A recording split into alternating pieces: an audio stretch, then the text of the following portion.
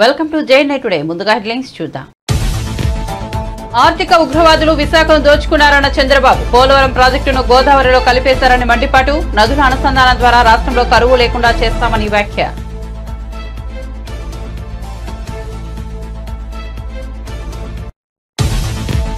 Secretariat రెండో black లోని ఛాంబర్లో బాధ్యతలో పయ్యావుల స్వీకరణ. 250 కోట్లను స్థానిక సంస్థలకు విడుదల చేస్తూ తొలి సంతకం. ఆర్థిక వ్యవస్థను గాడిలో పెట్టడమే తన ప్రధాన బాధ్యత అన్న పయ్యావుల.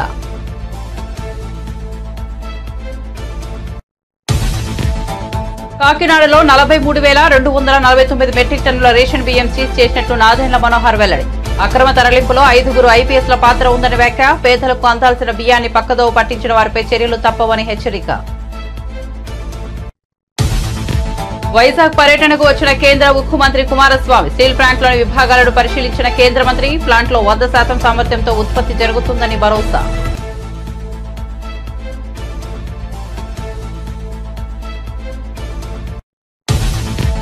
ఉట్నూరు రైతు భరోసా వర్క్షాప్ లో పాల్గొన్న తెలంగాణ ఉప ముఖ్యమంత్రి. రైతు భరోసా పథకం విధి విధానాలపై అభిప్రాయాలు సేకరిస్తున్నట్లు వెల్లడి. అన్నదాతల అభిప్రాయాల మేరకే ప్రభుత్వ నిర్ణయం తీసుకుంటుందన్న బట్టి విక్రమార్క. తిరుమల శ్రీవారిని దర్శించుకున్న బండి సంజయ్. తిరుమలను అపవిత్రం చేశారంటూ గత ప్రభుత్వంపై విమర్శలు. వీరప్పన్ వాసుల చేతిలో టీటీడీ పాలన సాగిందని మండిపాటు.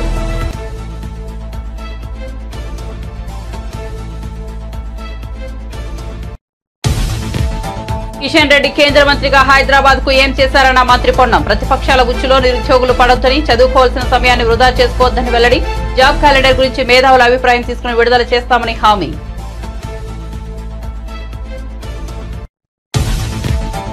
ఏపీలో సుదీర్ఘ తీర ప్రాంతం అభివృద్ధికి ఎన్నో అవకాశాలున్నాయన్న చంద్రబాబు. రాష్ట్రంలో నైపుణ్య గణనపై దృష్టి సారించినట్లు వెల్లడి. ప్రపంచవ్యాప్తంగా ఉన్న అవకాశాలు అందిపుచ్చుకునేందుకే స్కిల్ సెన్సస్ ఉందన్న సీఎం.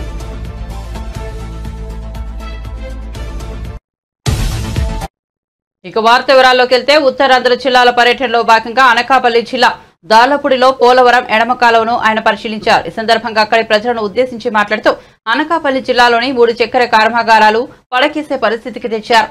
రైతులకు న్యాయం చేయడం ఎన్డీఏ కూటమి కర్తవ్యమన్నారు. ఇచ్చిన హామీ ప్రకారం పెన్షన్లు పెంచాం, ఇంటి దగ్గర పెన్షన్లు ఇచ్చాం, మెగా డిఎస్సీ నోటిఫికేషన్ ఇచ్చాం, ల్యాండ్ టైటిల్ యాక్ట్ రద్దు చేశామన్నారు.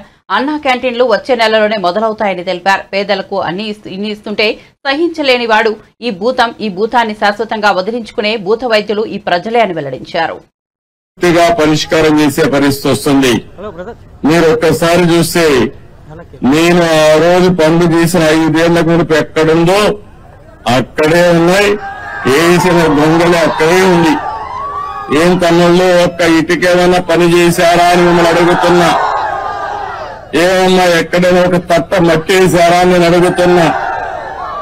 వీళ్ళు చేసింది గోతులు దిగారు, గుంతలు తీశారు. బాగు చేయలేదు కానీ గుంతలు తీసే పరిస్థితికి వచ్చారు. ఈ రోజు మీరందరూ ఆలోచిస్తే Uttarandhra Sujala Sravanthi left main canal 214 కిలోమీటర్లు రావాలి.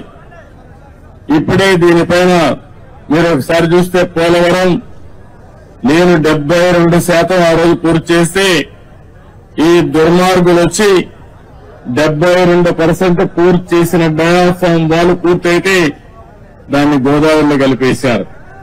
కాఫర్ డ్యాములు డ్యామేజ్ అయినాయి. 2021 జూన్కు నీళ్లు రావాల్సిన పోలవరం ఇప్పుడు ఎప్పుడు వస్తుందో చెప్పలేని పరిస్థితి తీసుకొచ్చారు. ఏదేమైనా పోలవరం ఈ రాష్ట్రానికి ఒక వరం.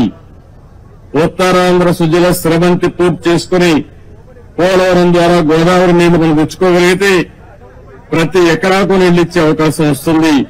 వచ్చినప్పుడు చూశాను. నా ఆలోచన ఏంటంటే గోదావరి నీళ్లు అనకాపల్లి జిల్లాకు రావాలి.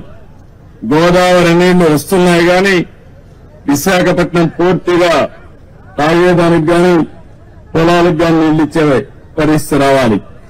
అందుకే ఈ రోజు కూడా పోలవరం పూర్తి కావాలంటే కొంచెం సమయం పడుతుంది కానీ అది పూర్తయ్యే లోపల పురుషోత్తపట్నం పుష్కర లిఫ్ట్ ఇరిగేషన్ల ద్వారా ఒక 2500 క్యూసెక్స్ ఆఫ్ వాటర్ ని ఈ ప్రాంతానికి తీసుకొచ్చే అవకాశం ఉంది.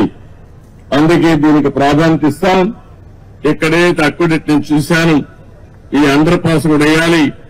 ఈ రెండు కూడా వార్ ఫుటింగ్ మీద ఈ రోజే టెండర్లు పిలిచి పూర్తి చేసే బాధ్యత ఇంజనీర్లకు అప్పచెపుతున్నానని చెప్పి కూడా నేను మీకు తెలియజేస్తున్నాను. ఇంక కాలయాపన లేదు, ఇమ్మీడియట్ గా చేయాలి. అదే మరిగా వచ్చిన డబ్బులు అక్కడక్కడ అరాకొరా ఖర్చు పెడితే పనులు పూర్తి కావాలంటే చాలా సమయం పడుతుంది. అందుకని ఒక 800 కోట్ల రూపాయలు ఖర్చు అవుతుంది 93 కిలోమీటర్స్ వరకు పూర్తి చేసుకుంటే.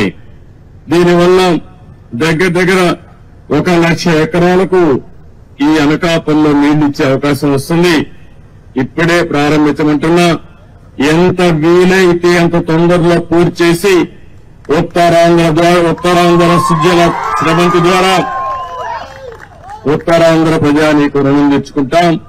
అది పూర్తి చేసి 2026 నాటికి భోగాపురం విమానాశ్రయం తొలిదశను పూర్తి చేస్తామని ఏపీ సీఎం చంద్రబాబు అన్నారు. ఈ ఎయిర్పోర్ట్ పూర్తయితే ఎన్నో ప్రయోజనాలు ఉంటాయన్నారు. దీనిని పూర్తి చేయించే బాధ్యత కేంద్ర మంత్రి రామ్మోహన్ నాయుడుపై ఉందన్నారు. హెలికాప్టర్ ద్వారా విమానాశ్రయం ప్రాంతాన్ని పరిశీలించారు. అనంతరం మీడియాతో ఆయన మాట్లాడుతూ ఉత్తరాంధ్ర అభివృద్ధికి భోగాపురం కీలకమన్నారు. ఈ ప్రాంతానికి భోగాపురం గ్రోత్ ఇంజిన్ గా పనిచేస్తోందన్నారు. విమానాశ్రయం పూర్తయితే ఈ ప్రాంతం ఎకనామిక్ హబ్ గా మారుతుందన్నారు. చుట్టుపక్కల ప్రాంతం అభివృద్ధి చెందుతుందన్నారు. భోగాపురం వరకు బీచ్ రోడ్ నిర్మాణం జరగాల్సి ఉందన్నారు. పారిశ్రామిక ప్రాంతంగా ఎదగడానికి భోగాపురంకు మంచి అవకాశాలు ఉన్నాయని పేర్కొన్నారు. 3 పోర్టులున్నాయి. గంగవరం, విశాఖపట్నం, ఏదైతే భావనపాడు, ఇప్పుడు పేరు మార్చారు మూలపేట అని. ఆ మూలపేటను పేరు మార్చిన కూడా తెలియాలి అందరికీ. పేరు మార్చారు కానీ జరిగింది ఏమీ లేదు. ఈ 3 ఎయిర్పోర్ట్లు ఒకటి. మూడోది ఒక సుందరమైన ప్రదేశం, సముద్రం, దట్టు ఈస్ట్ కోస్ట్. ఇది ఒక పెద్ద అసెట్. ఇది భవిష్యత్తులో పెద్ద ఎత్తున పెరగబోయే నగరం. ఈ ఎయిర్పోర్ట్తో విశాఖపట్నం, విజయనగరం కలిసిపోతుంది. ఇక్కడి నుంచి శ్రీకాకుళం కూడా కలిసే అవకాశం ఉంది. ఎందుకంటే శ్రీకాకుళం 50 కిలోమీటర్లు, విశాఖపట్నం 50 కిలోమీటర్లు. ఆ సెంటర్లో ఈ ఎయిర్పోర్ట్ వస్తా ఉంది. అదే మరిగా ఫేజ్ 1లో బీచ్ రోడ్ భోగాపురం వరకు ఏదైతే బీచ్ రోడ్ ఉందో అది కానీ మనం వేసుకుంటే, ఫేజ్ 2లో ఇంకొక 50 కిలోమీటర్లు శ్రీకాకుళం, ఫేజ్ 3లో లేదంటే కంటిన్యూగా కూడా మూలపేట పోర్ట్ వరకు వేసుకుంటే, మూలపేట నుంచి ఒక పేర్లల్ హైవే వచ్చి బీచ్ రోడ్ వచ్చి ఇప్పుడుండే ఎగ్జిస్టింగ్ హైవే ఈ హైవే కనుక కలిపేయగలిగితే, మధ్యలో కొన్ని కనెక్టివిటీ పెట్టుకుంటే one of the best place అవుతుంది ఇండస్ట్రియలైజేషన్ కి. Nowhere, no place can beat this. ఇది నాకు ఒక కళ, ఎప్పటి నుంచో మాట్లాడుతున్నా. అది ఇప్పుడు ఎగ్జిక్యూట్ చేసే పరిస్థితి వచ్చింది. ఈ ఎయిర్పోర్ట్ మనం చూస్తే 15 మే 2015 20వ తారీఖున రాష్ట్ర ప్రభుత్వం ఆమోదం తెలిపింది. నేను వచ్చిన వెంటనే ఆమోదం తెలియజేశాను. అక్టోబర్ 7, 2016 కేంద్రంలో కూడా సెంట్రల్ మినిస్ట్రీ కూడా దీనికి యాక్సెప్ట్ చేశారు. దీనికి ఆ రోజు 2700 ఎకరాలు అక్వైర్ చేశాం. 2023కి ప్రాజెక్టే పూర్తి కావాలని ఒక లక్ష్యంగా పెట్టుకున్నాం. అప్పట్లో వీళ్ళొచ్చి మొత్తం టింకర్ చేశారు, ప్రాజెక్ట్ ని ఆడుకునే పరిస్థితికి వచ్చారు. ఇప్పుడు మళ్ళా మొదటికి వచ్చింది. ఒక 500 ఎకరాలు తీసుకోవడం, లేకుంటే లేనిపోని సమస్యలు క్రియేట్ చేయడం, అన్ని క్రియేట్ చేశారు. మళ్లీ వేసిన ఫౌండేషన్ తిరిగి ఫౌండేషన్ వేయడం, అంటే ఇవన్నీ కూడా ఏంటంటే ఒక పిల్లోళ్ల చేష్టలు లేదంటే పిచ్చోళ్ల చేష్టల కింద దీన్ని అతలాకుతలం చేసే పరిస్థితికి వచ్చారు. అయితే ఈ రోజుకి 31.8% వర్కులు పూర్తయినాయి. దీనికి నేను క్లియర్ గా ఇన్స్పెక్ట్ చేసిన తర్వాత ఫార్చునేట్లీ ఉత్తరాంధ్ర బిడ్డ సెంట్రల్ సివిల్ ఏవియేషన్ మినిస్టర్ గా ఉన్నాడు. ఇప్పుడు ఈ ప్రాజెక్టు కట్టే వాళ్ళు కూడా ఉత్తరాంధ్ర వాళ్లే, డెవలపర్ కూడా. ప్రాంతం యొక్క అభివృద్ధి ధ్యేయంగా ఇద్దరు కూడా దీన్ని డెవలప్ చేయాల్సిన అవసరం ఉంది. One of the best project గా. అదే సమయంలో 4700 కోట్లతో ఫేజ్ 1 ప్రారంభిస్తున్నారు. 2200 ఎకరాలు ఇప్పుడు వీళ్ళ హ్యాండ్ ఓవర్ లో ఉంది. ఇంకొక 500 ఎకరాలు ఉంది. అది కూడా ఇవ్వడానికి ఇన్ ప్రిన్సిపల్ యాక్సెప్ట్ చేస్తున్నాం. ఈ ఎయిర్పోర్ట్ గాని పూర్తయితే రాయగఢ్, కోరాపుట్, మల్కన్గిరి, ఈస్ట్ గోదావరి, శ్రీకాకుళం, విజయనగరం, విశాఖపట్నం, అనకాపల్లి కూడా మొత్తం ఈ ప్రాంతాలన్నీ కూడా చేసే పరిస్థితి వస్తుంది. ఏ ఎయిర్పోర్ట్ కైనా ఎప్పుడైనా కనెక్టివిటీ చాలా ముఖ్యం. ఈరోజు హైదరాబాద్ ఉంది, ఔటర్ రింగ్ రోడ్ తీసుకొచ్చాం. ఔటర్ రింగ్ రోడ్డు వల్ల ఎక్కడ బయలుదేరినా, విజయవాడలో బయలుదేరినా, మహబూబ్నగర్ లో బయలుదేరినా, సిటీ నుంచి బయలుదేరినా, ఏ పార్ట్స్ ఆఫ్ ది సిటీలో బయలుదేరినా నేషనల్ హైవేకి ఎక్కి నేరుగా ఎయిర్పోర్ట్ రోడ్డుకు వచ్చేసే పరిస్థితి వస్తుంది. దీనికి కూడా ఆ విధంగా ఈ రోడ్స్ అన్ని పూర్తి చేయాలనుకుంటున్నాం. అన్ని పూర్తి చేస్తే ఈ ప్రాంతం ఒక ఎకనామిక్ హబ్గా తయారవుతుంది. ఇక్కడుండే ఉత్తరాంధ్ర యువత వేరే ప్రాంతానికి పోయే అవసరం లేదు. క్షేత్రస్థాయిలో రైతుల నుంచి అభిప్రాయాలు సేకరించి పూర్తిస్థాయి మార్గదర్శకాలతో రైతు భరోసా పథకాన్ని పకడ్బందీగా అమలు చేస్తామని రాష్ట్ర ఉప ముఖ్యమంత్రి మల్లువట్టి విక్రమార్క స్పష్టం చేశారు. గురువారం ఆదిలాబాద్ జిల్లా ఉట్నూర్ ఏజెన్సీ కేంద్రంలోని కేబీ కాంప్లెక్స్ సమావేశ మందిరంలో రైతు భరోసా విధి విధానాల ఖరారుపై ఉమ్మడి ఆదిలాబాద్ జిల్లా రైతుల నుండి అభిప్రాయాలు సలహాలను కేబినెట్ సబ్ కమిటీ సేకరించింది. కేబినెట్ సబ్ కమిటీ చైర్మన్ ఉప ముఖ్యమంత్రి బట్టి విక్రమార్కతో పాటు మంత్రులు తుమ్మల నాగేశ్వరరావు, పొంగులేటి శ్రీనివాసరెడ్డి, జిల్లా ఇన్ఛార్జ్ మంత్రి సీతక్క, శాసనసభ్యులు, ఎమ్మెల్సీలు తదితరులు ఈ కార్యక్రమంలో పాల్గొన్నారు.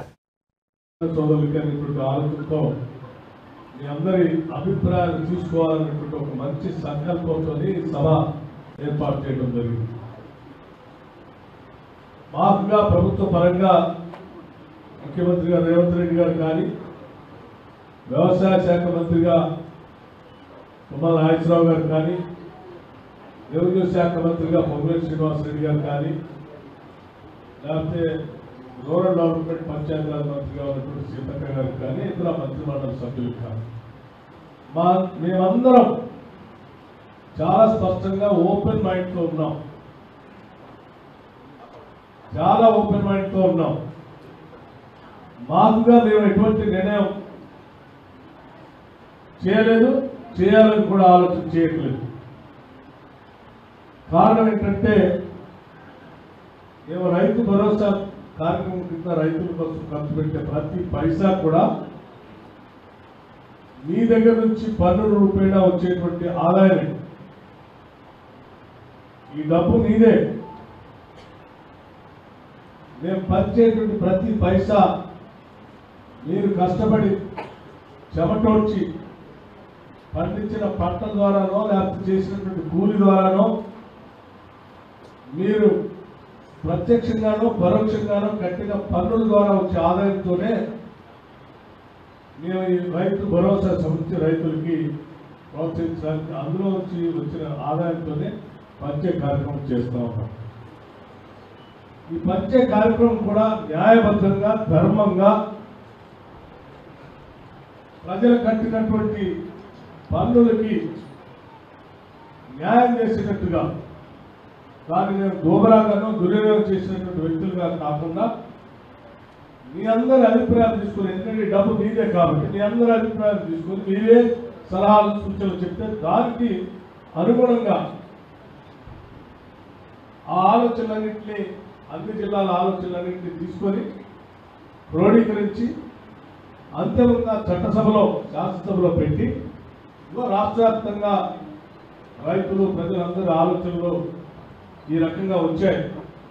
దీనిపైన మనం రోజుగా చర్చించి అంతిమంగా శాసనసభ మీ ఆలోచన అనుగుణంగా చర్చించి ఒక రోజంతా ఆ తర్వాత దానికి సంబంధించి విధి విధానాలు తయారు చేసి మీ ఆలోచనల మేరకు ఆ పంపిణీ చేసే కార్యక్రమం చేయాలనేటువంటి ప్రజాప్రభుత్వంగా ప్రజల ఆలోచన అనుగుణంగా ముందుకు పోవాలనేటువంటి ఆలోచనతోనే ఈ సభా కార్యక్రమాన్ని అన్ని జిల్లాల్లో ఏర్పాటు చేస్తూ ఉన్నాం. ఏపీ ఆర్థిక ప్రణాళిక శాసనసభ వ్యవహారాల మంత్రిగా పయ్యావుల కేశవ్ బాధ్యతలను స్వీకరించారు. సెక్రటేరియట్లోని 2వ బ్లాక్లో ఉన్న తన ఛాంబర్లోకి ప్రవేశించి వేద పండితుల ఆశీర్వచనాల మధ్య బాధ్యతలు చేపట్టారు. ఆర్థిక మంత్రిగా తన తొలి సంతకాన్ని 15వ ఆర్థిక సంఘం నిధుల ఫైల్పై చేశారు. 250 కోట్ల ఆర్థిక సంఘం నిధులను స్థానిక సంస్థలకు విడుదల చేశారు. ఈ కార్యక్రమంలో రాష్ట్ర ఆర్థిక శాఖ కార్యదర్శులు KVV Satyanarayana, Janaki, Vinay Chand, state tax chief commissioner Girijashankar, ఆర్థిక శాఖ special secretary K Adinarayana, treasuries director Mohan రావుతో పాటు పలువురు అధికారులు, ప్రజాప్రతినిధులు పాల్గొన్నారు.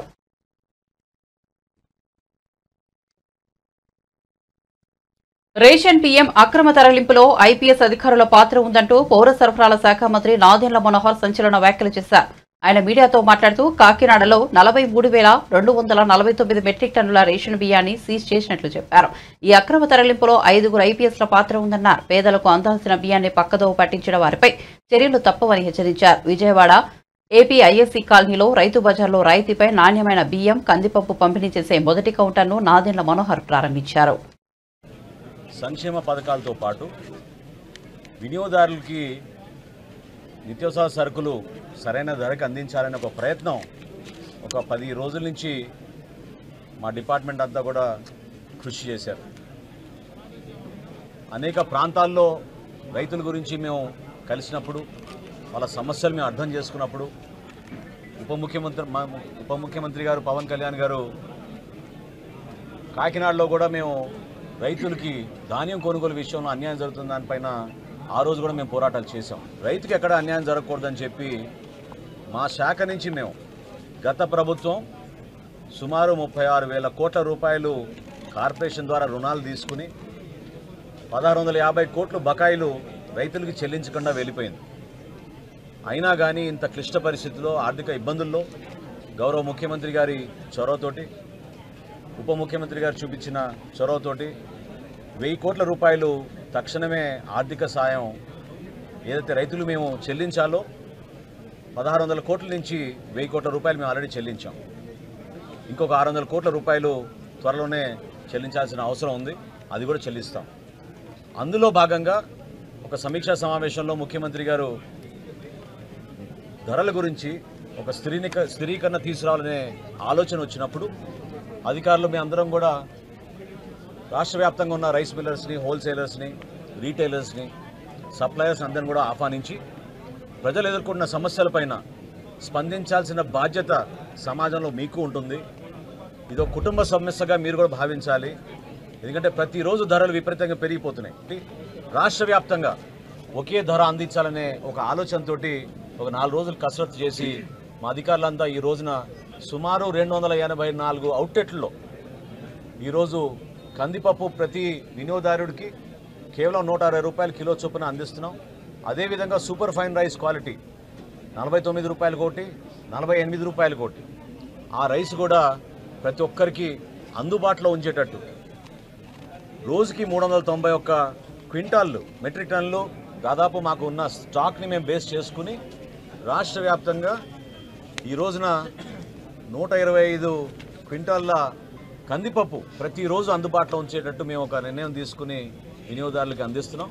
వీటితో పాటు మేము రాబోయే రోజుల్లో ఖచ్చితంగా వీళ్ళందరికీ కూడా పంచదార కానివ్వండి, కందిపప్పు కానివ్వండి, రాగి కానివ్వండి, మిల్లెట్స్ కానివ్వండి, ఇవి పంపిణీ చేయాలని ఒక ప్రణాళిక సిద్ధం చేసుకుంటున్నాం. సో ఈ కార్యక్రమాల్లో పాల్గొని విజయవంతం చేసినందుకు, మమ్మల్ని ఆహ్వానించినందుకు పెద్దలు గద్దె రామ్మోహన్ గారికి, అదేవిధంగా ఇక్కడ ఉన్న పార్టీ నాయకులందరికీ కూడా మనస్ఫూర్తిగా నేను ధన్యవాదాలు తెలుపుకుంటున్నాను. భవిష్యత్తులో మేము చేయబోయే కార్యక్రమాల్లో రైతుకి ఖచ్చితంగా న్యాయం జరుగుతుంది, వినియోగదారుడు కూడా అదేవిధంగా సరైన ధరల్లో నాణ్యమైన సరఫరా చేసే విధంగా సరుకులన్నీ కూడా మేము అందిస్తాం.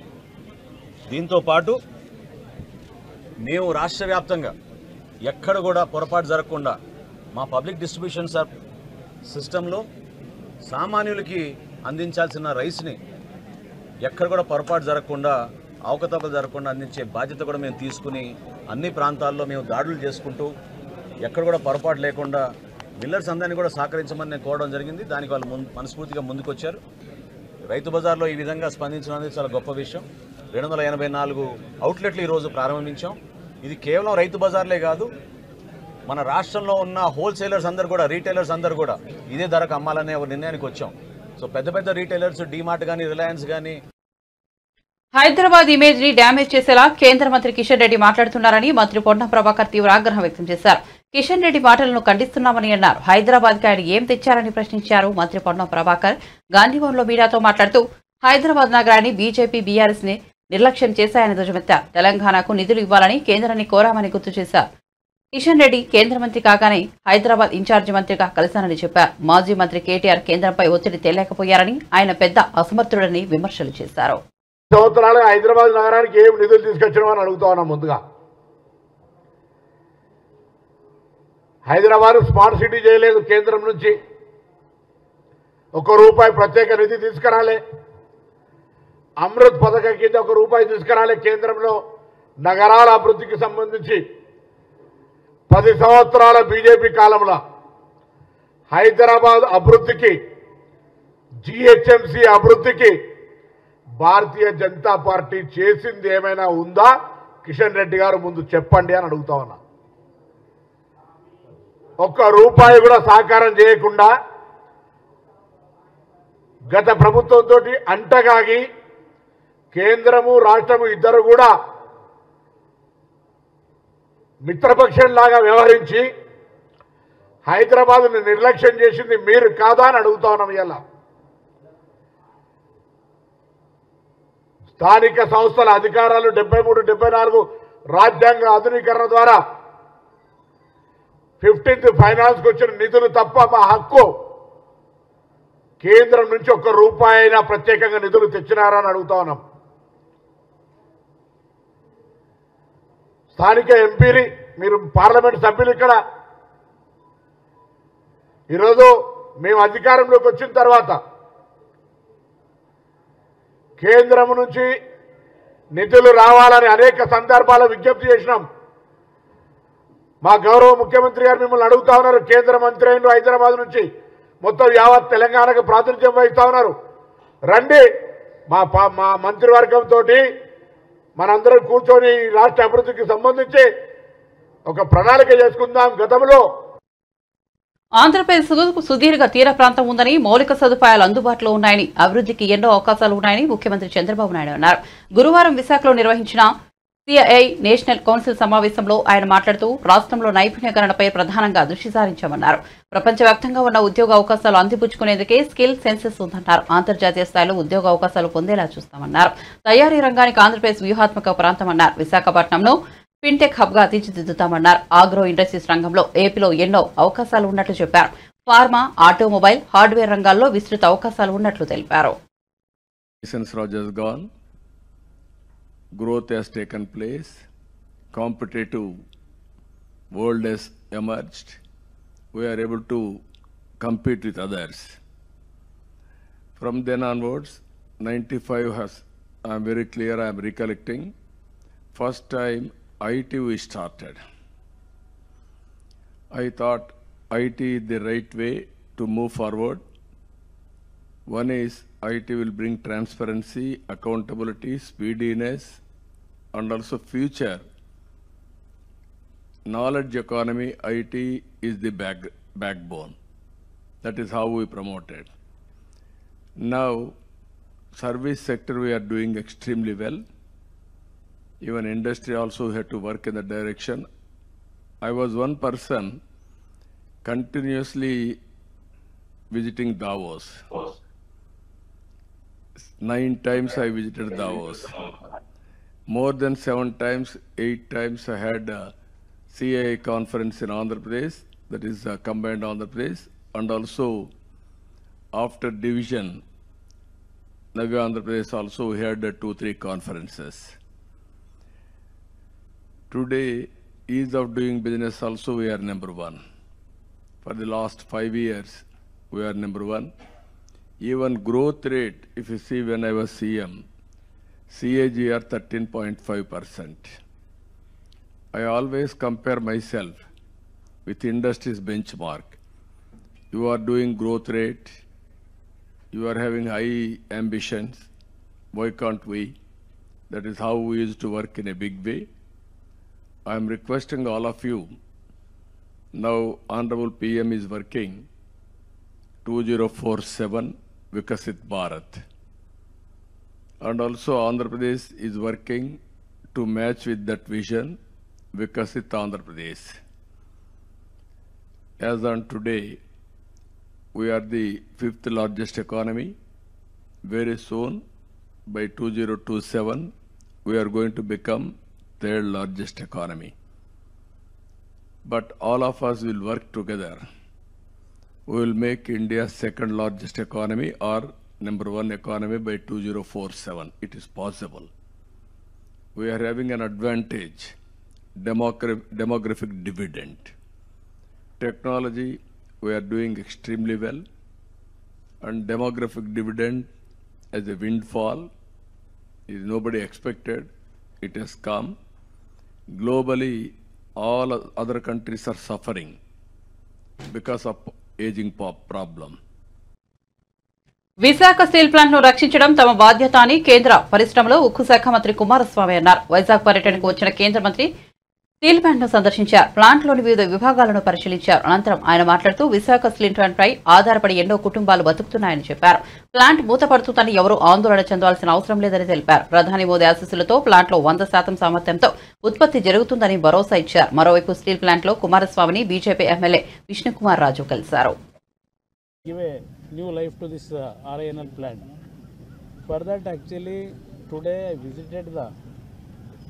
Plant personally with our MOS Varmaji also and our local MP Bharatji and our BJP leader Narsimha Rao and Vishnu Raju MLA and Srinivas Raju. Everybody visit sales director also. We all visited the plant. Even today also we have discussed several issues. They have given several advices. Yesterday while I am coming here, I had a meeting with our bankers also. Ultimately, we are going to take some decision with the higher authority. Thank you. Sir, employees demanded immediately withdrawal of the privatization of the steel plant. Pardon? Employees demanded that immediately implemented withdrawal of the steel plant privatization. No, who told we are going to privatize? Why I came here? There is no question of privatization because before I announce, Prime Minister's permission is required. I have to convince him. What are all the issues pertaining to the RINL issue? We threadbare discussion we have. I am preparing a note to get the confidence of the Prime Minister and how to revive this RINL. For that we are working out. What is your final assurance for the employees, sir? Let us see. That's why I am telling you. There is a possibility of reviving. We can do it. For that actually we are working out. గత YCP ప్రభుత్వంపై కేంద్ర మంత్రి బండి సంజయ్ తీవ్ర వ్యాఖ్యలు చేశారు. టీటీడీని రాజకీయ పునరావాస కేంద్రంగా మార్చారని విమర్శించారు. స్వామివారిపై భక్తి లేని వారు నామాలు పెట్టుకుని స్వామికి టీటీడీ ఆస్తులకు పంగనామాలు పెట్టారని మండిపడ్డారు. ఇతర మతస్థులకు అధికారాన్ని అప్పగించి తిరుమల క్షేత్రాన్ని అపవిత్రం చేశారని దుయ్యబట్టారు. గత 5 ఏళ్లు వీరప్పన్ వారసుల చేతిలో టీటీడీ పాలన సాగిందని సంజయ్ అన్నారు.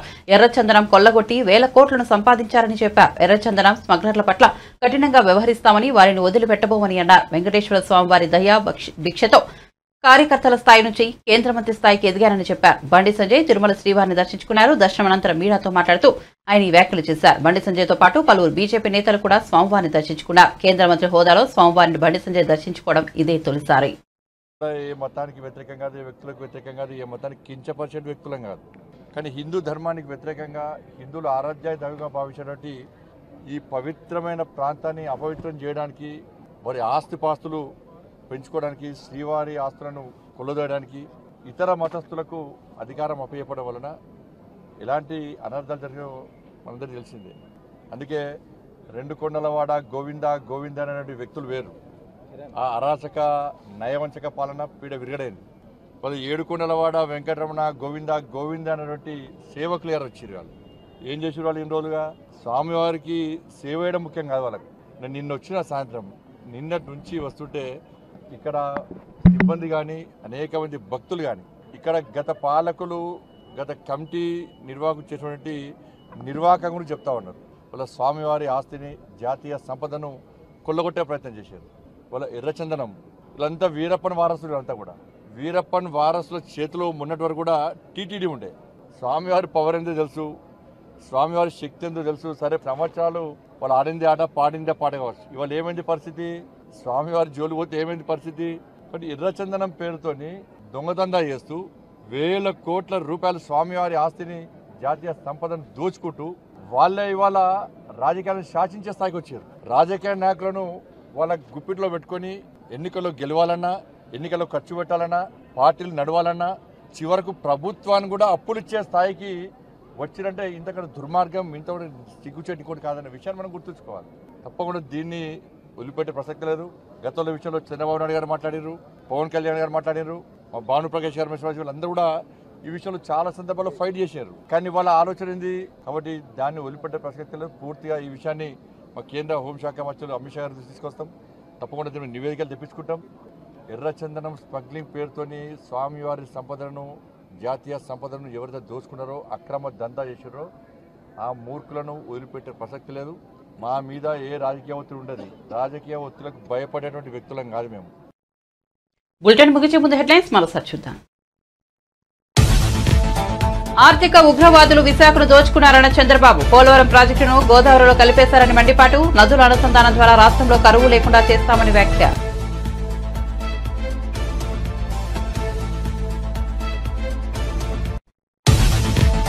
సెక్రటేరియట్ 2వ బ్లాక్లోని ఛాంబర్లో పయ్యావుల స్వీకరణ. 250 కోట్లను స్థానిక సంస్థలకు విడుదల చేస్తూ తొలి సంతకం. ఆర్థిక వ్యవస్థను గాడిలో పెట్టడమే తన ప్రచార బాధ్యత అన్న పయ్యావుల.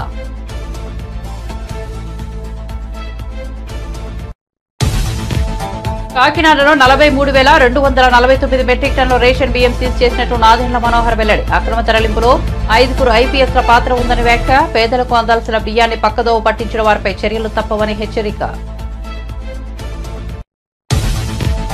వైజాగ్ పర్యటనకు వచ్చిన కేంద్ర ఉక్కు మంత్రి కుమారస్వామి. స్టీల్ ప్లాంట్లోని విభాగాలను పరిశీలించిన కేంద్ర మంత్రి ప్లాంట్లో 100% సామర్థ్యంతో ఉత్పత్తి జరుగుతోందని భరోసా.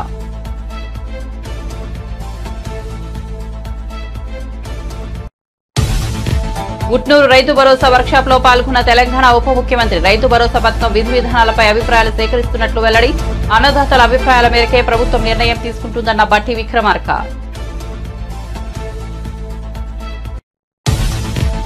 తిరుమల శ్రీవారిని దర్శించుకున్న బండి సంజయ్. తిరుమలను అపవిత్రం చేశారంటూ గత ప్రభుత్వంపై విమర్శలు. వీరప్పన వాసుల చేతిలో టీటీడీ పాలన సాగిందని మండిపాటు.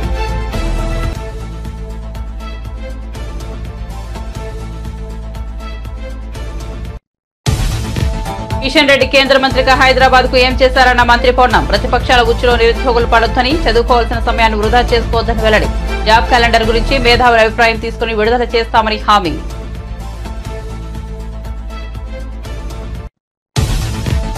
ఏపీలో సుదీర్ఘ తీర ప్రాంతం అభివృద్ధికి ఎన్నో అవకాశాలున్నాయన్న చంద్రబాబు. రాష్ట్రంలో నైపుణ్య గణనపై దృష్టి సారించినట్లు వెల్లడి. ప్రపంచవ్యాప్తంగా ఉన్న అవకాశాలు అందిపుచ్చుకునేందుకే స్కిల్ సెన్సెస్ ఉందన్న సీఎం. మరిన్ని అప్డేట్స్ కోసం చూస్తూనే ఉండండి జై9 టుడే.